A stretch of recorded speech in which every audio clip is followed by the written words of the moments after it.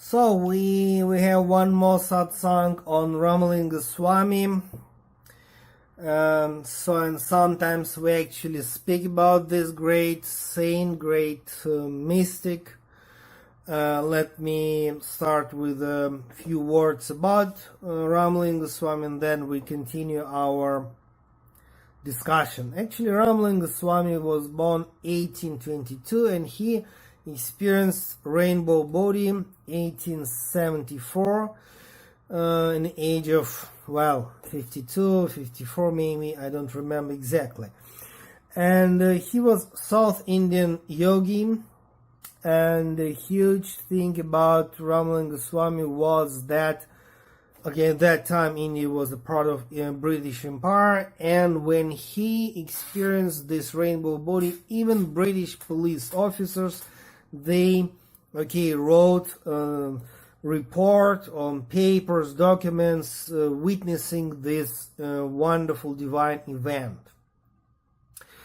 And Ramalinga Swami became more and more famous in the West, and in India, strange, but only in Tamil Nadu state people know about him. Even outside of Tamil Nadu, mostly they don't know about him. And so in our previous satsangs, we discussed his teaching, his life, his wonderful mantra which he gave to the people, the fact that he actually was a real example of Advaita, not like Neo-Advaita people, And we spoke about levels and levels of enlightenment in our previous satsang video. And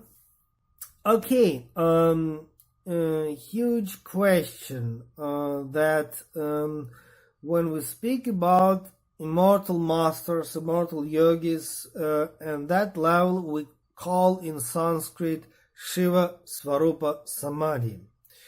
And the direct translation of meaning, let us speak about meaning, is to become Shiva, to awake your Shiva consciousness, your Shiva nature.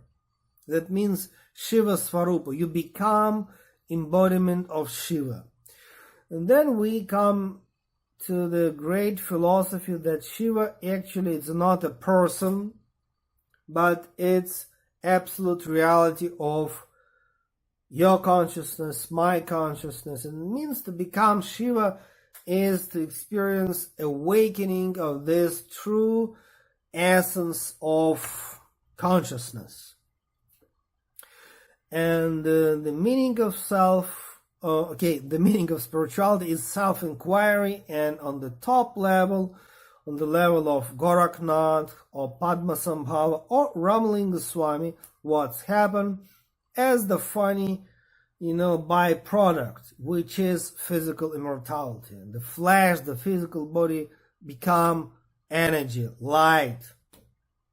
So immortality is not a goal, but a byproduct of huge, amazing God realization. And there are many levels for this Shiva Svarupa Samadhi, as my Guru Yogi Rama told me, and that's by itself amazing, because how it is possible, more or less immortal. But anyway, on the top of this tradition is Mahavatar Babaji. And the most important personalities in this, tradition is like Padmasambhava and Prahivajra, that's for Buddhist tradition, and Matsyendranath and Goraknath for the Hindu Tantra.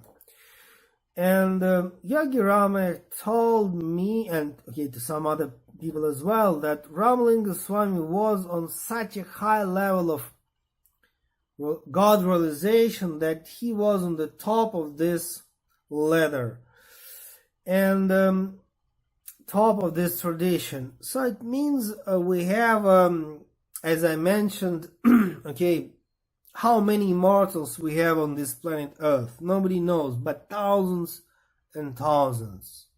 Amazing, unbelievable how it's possible that thousands and possible even tens of thousands of immortals we have. So it's actually where our society, modern society, is look like kindergarten. We think about, we have money, army, financial power, military power, government. But look around. We have a lot of aliens around, and our power, political, financial, and the military, just nothing compared to the aliens, for example.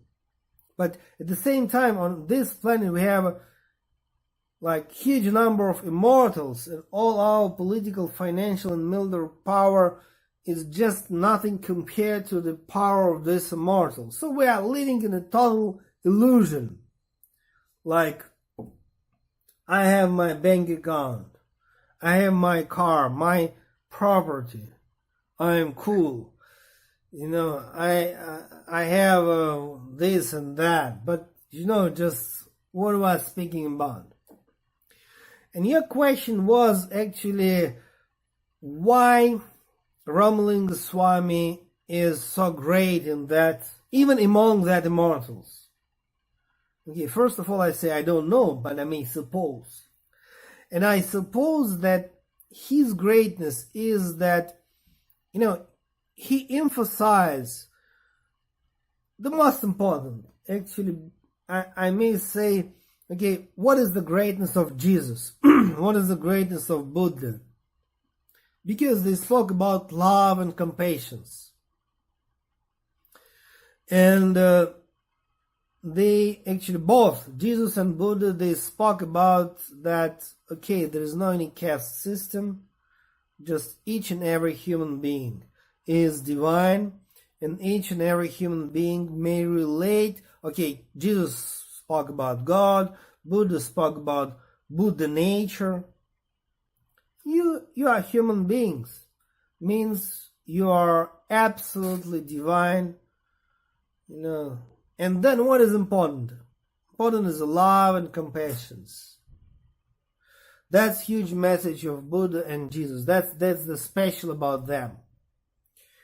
But Ramalinga Swami was kind of the same. Actually, in the second half of his life, okay, he was born in South India, in what we call now Chennai, Madras at that time. In the second part of his life, he spent in the village of Vadalur, the South Indian state of Tamil Nadu as well. But second half of his life, he just proclaimed that, okay, I'm going beyond Hindu religion. I'm not Hindu anymore. And in his tradition, it's not actually Hindu tradition. Of course, most of his devotees right now in Tamil Nadu state, they are Hindu people. But even that Hindu people, I met so many Ramalinga Swami devotees. They say yeah, we are born as a Hindu, but we don't care about it anymore, because Ramalinga Swami gave the huge message, which is beyond any religion. The supreme light, then grace, then love and compassion. And that's very special about him. Not that he was, the person who also experienced this, rainbow body. That's not the special, but the special grace, love, compassion. And he was denying all gurus. He was denying God, who is outside force. The God as the essence of my heart. The God with whom each and every human being may relate directly. And then your question was about Agastya Muni and some other great masters. We have many immortals. Agastya Muni, for example, South Indian immortal, most famous one. Patanjali, who is also physically immortal and who is also South Indian, but very important for all traditions, because he wrote Yoga Sutra. It's very difficult to say. Okay, let me ask crazy question. Where is Agastya Muni right now? Okay, I don't know. Maybe, now I'm in South Florida. Maybe Agastya Muni is just taking his breakfast next restaurant. I mean, I don't know. We speak about all that immortals, and we imagine that they must stay somewhere in Himalayas. But who told you? I mean, they can stay like next hotel, 5-star one. He may just stay there. He may stay any place, because even if when we speak about secret caves in Himalayas, it's not physical dimension, though they are physically existing. Crazy how it's possible to understand. All that secret caves, they physically exist, but sometimes entrance is not physical. It's like in some parallel dimension kind of entrance. What can we say about it? And if you just, like Adolf Hitler, he sends his people to the Tibetan Himalayas, they found actually nothing because, the motivation was wrong. And many people walk around Badrinath and Kedarnath for ages, found nothing because And where is Agastya Muni? I have no idea, maybe next room. And what he is saying right now is a big question. I mean to say that now we approach Agastya Muni as somebody who is the pure Hindu saint. But I'm not sure that he is in any sense part of any religion. Because it's like, famous modern joke, which is pretty much serious one. The Buddha was not Buddhist. The Jesus was not Christian. Agastya Muni was not Hindu and is not Hindu. The Krishna was not Hindu. Okay, that's the point, because the religion is always byproduct of human mind, especially like tricky priest mind. They need structure, they need system, they need political game, and then they create religion. And of course Agastya Muni is hugely important, not only for South Indian tradition but for the Sanskrit tradition as well. It's like Adi Shankara. He is basically from South India, but he's just universal. So that's, very interesting questions. And the best thing to remember, let me say in the end of this video, that physical immortality, not the point. It's like what kind of diet you have. Vegetarian, or maybe you're just taking fruits, or maybe you are dreaming about not to take physical food at all. That's not the point. Like many people that try to play game with the food. Okay, let us be not only vegetarian, let us try to take only fruits, and then we'll consider ourselves as cool and advanced.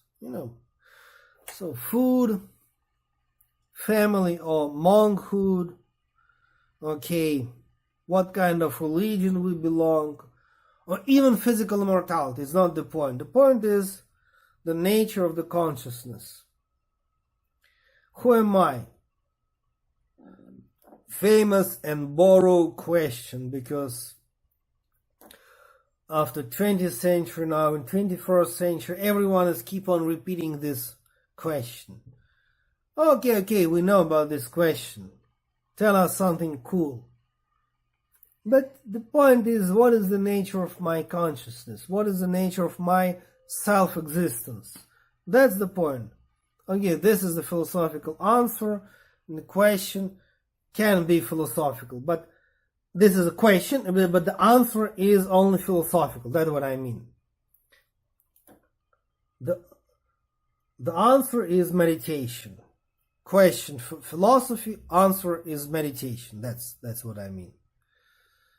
It means we practice meditation, Kriya Yoga, or any other type of meditation. Then, step by step, we experience this essence of consciousness. I think maybe next time we can discuss even more amazing question. Okay, what does it mean to be immortal? Like, no time, no space. What is reality of immortal life? Okay, I don't know, because I have still level of consciousness which is about not Shiva Svarupa Samadhi, but it's a totally different reality. And the interesting thing is the yogis who are beyond this attachment to the physical form, they may experience God in that level. Because if I still have attachment to this physical body, not possible to realize this level of Shiva Svarupa Samadhi. That's also interesting. It means, actually, it's look like that this kind of yogis, they don't need even physical body, but they have it.